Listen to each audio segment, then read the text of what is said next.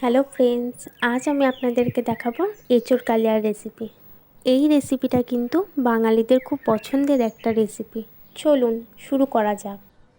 প্রথমেই আমি এঁচোড়টা আপনাদেরকে কেটে দেখাবো। এঁচোড়টা কাটার সময় কিন্তু এভাবেই হাতে সর্ষের তেল লাগিয়ে নেবেন, তাহলে এঁচোড়ের আঠাটা আর কিন্তু লাগবে না। বটি বা ছুরি যেটা দিয়ে এঁচোড়টা কাটবেন সেটাতেও একটু সর্ষের তেল লাগিয়ে নেবেন। এঁচোড় কাটার সময় যদি এঁচোড়ের গায়ে এরকম আঠা দেখতে পান তাহলে জানবেন এঁচোড়টি এখনও কাঁঠালে পরিণত হয়নি। যত আঠা থাকবে তত ভালো। আমি এখানে এঁচোড়টিকে হাফ রাউন্ড সাইজ করে কেটে নেব। এতে আমার খোসাটা ছাড়ানো খুব সুবিধা হবে। এবার আমি এঁচোড়ের একটা একটা পিস নিয়ে এঁচোড়ের গা থেকে খোসাটি ভালো করে ছাড়িয়ে নেব। আপনারা চাইলে এঁচোড়টি বাজার থেকেও কেটে আনতে পারেন। এঁচোড়টি কাটার সময় আমরা মাঝের অংশটা বাদ দিয়ে দেব, কারণ মাঝের অংশটা কিন্তু খুব শক্ত থাকে। খুব মিডিয়াম সাইজ করে এঁচোড়গুলিকে আমি কেটে নেব। দেখুন বন্ধুরা, আমার পুরো এঁচোড়টি কিন্তু কাটা হয়ে গেছে। এঁচোড়টা কাটার পরে কিন্তু অবশ্যই জল দিয়ে রাখতে হবে, না হলে কিন্তু এঁচোড়টা কালো হয়ে যেতে পারে। এবার আমি কাটা এঁচোড়গুলো প্রেসার কুকারের মধ্যে দিয়ে বয়েল করে নেব। এঁচোড়গুলোকে প্রেসার কুকারের মধ্যে দিয়ে অল্প পরিমাণ জল দিয়ে দেব। দিয়ে 1 চামচ মতো হলুদ গুঁড়ো আর 1 চামচ মতো নুন দিয়ে 50% মতো আমি বয়েল করে নেব। এঁচোড় বয়েল করে রাখলে দুটো সুবিধা আছে। একটি সুবিধা হলো এঁচোড়টি বয়েল করে রাখলে সিদ্ধ করতে কম টাইম লাগে। এঁচোড়টি 4 থেকে 5টা সিটি মারলেই আমার খুব সুন্দর বয়েল হয়ে যাবে। 2 নম্বর সুবিধা হলো এঁচোড়ের মধ্যে যে আঠাটি থাকে সেটা বেরিয়ে যায়। এর ফলে এঁচোড়ের স্বাদটি অনেক বেড়ে যায়।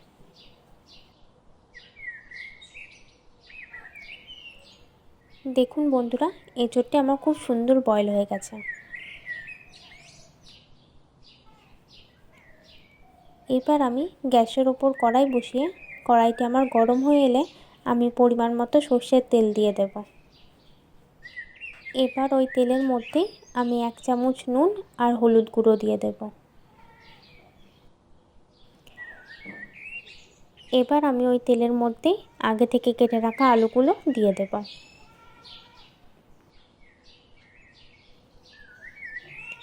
একটু ভালো করে ঢাকা দিয়ে ভেজে নেব।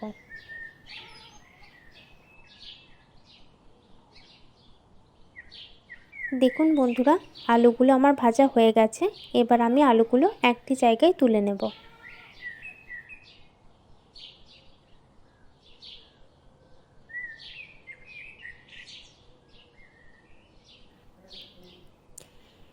এবার ওই তেলের মধ্যে হাফ চামচ চিনি দিয়ে দেব আর দুটো দারুচিনি দিয়ে দেব। এবার আমি ওই তেলের মধ্যে 3টি লবঙ্গ, 3টি এলাচ আর 3টি গোলমরিচ দিয়ে দেব।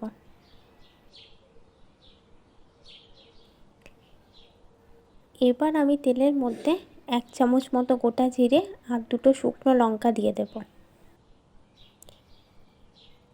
এবার আমি ওই তেলের মধ্যেই কেটে রাখা পেঁয়াজ আর দুটো তেজপাতা দিয়ে দেব।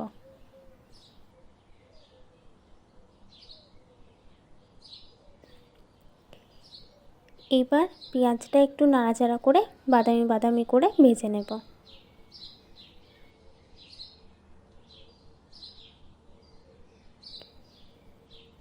পেঁয়াজটি আমার ভাজা হয়ে গেছে। এবার আমি আদা রসুন বাটাটি ওর মধ্যে দিয়ে দেব। আদা রসুন বাটাটি 1 থেকে 1.5 মিনিটের মতো কুক করে নিতে হবে, যাতে আদা রসুনের কাঁচা গন্ধটি চলে যায়। এবার আমি কেটে রাখা টমেটোগুলি দিয়ে দেব। টমেটোটি ভালো করে নাড়াচাড়া করার পর যখন টমেটোটি আমার গলে আসবে তখন আমি এই পজিশনে সমস্ত রকম মশলা দিয়ে দেব। 1 চামচ হলুদ গুঁড়ো, 1 চামচ কাশ্মীরি লঙ্কা গুঁড়ো আর 1 চামচ জিরে গুঁড়ো দিয়ে দেব। 2 চামচ মতো লেবুর রস দিয়ে দেব। লেবুর রসটি আপনাদের সম্পূর্ণ অপশনাল, আপনারা না দিতেও পারেন। এরপরে মশলাটি আমি ভালো করে কষিয়ে নেব। যতক্ষণ না মশলাটি থেকে আমার তেল ছাড়া ছাড়া হয়ে আসছে ততক্ষণ আমি মশলাটি ভালো করে কষিয়ে নেব। মশলাটি থেকে তেল ছেড়ে দিয়েছে। এবার আমি এই পজিশনে অল্প পরিমাণে জল অ্যাড করে দেব। 1 থেকে 1.5 মিনিটের মতো কষিয়ে নেব। এবার আমি ভেজে রাখা আলুগুলি ওই মশলার মধ্যে দিয়ে দেব। আলুর সাথে মশলাটি ভালো করে মিশিয়ে নিয়ে 1 থেকে 1.5 মিনিটের মতো আমি একটু নাড়াচাড়া করে নেব।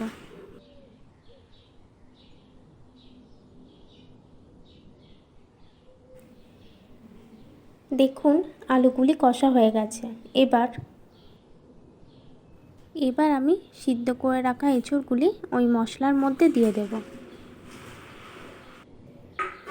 সব কিছুকে আমাদের খুব ভালো করে মিশিয়ে নিতে হবে। এবার আমি সবকটি উপকরণকে ভালো করে কষিয়ে নেব। এবার আমি 3 চামচের মতো টমেটো সস দিয়ে দেব।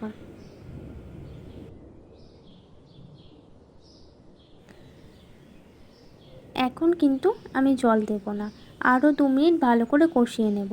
এতে কিন্তু এঁচোড়ের ভেতরে যে জলটি থাকে সেটা কিন্তু পুরোপুরিভাবে বেরিয়ে আসবে।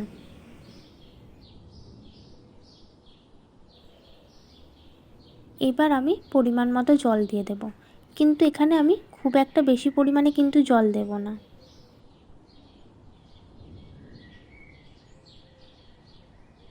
জলটি আমার ফুটতে শুরু করেছে।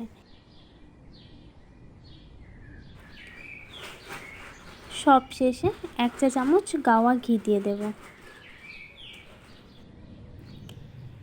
ফাইনালি সবকটি ভালো করে মিশিয়ে নিলেই আমাদের এঁচোড় কালিয়া রেসিপি তৈরি। দেখতেই পাচ্ছেন এই রেসিপিটি কতটা ইজি, আপনাদের বুঝতে বা করতে কোনো অসুবিধা হবে না। দেখতেই পাচ্ছেন বন্ধুরা, এঁচোড়টি কিন্তু একদম মাংসের মতো লাগছে, খেতেও কিন্তু মাংসের থেকে কোনো অংশে কম ছিল না।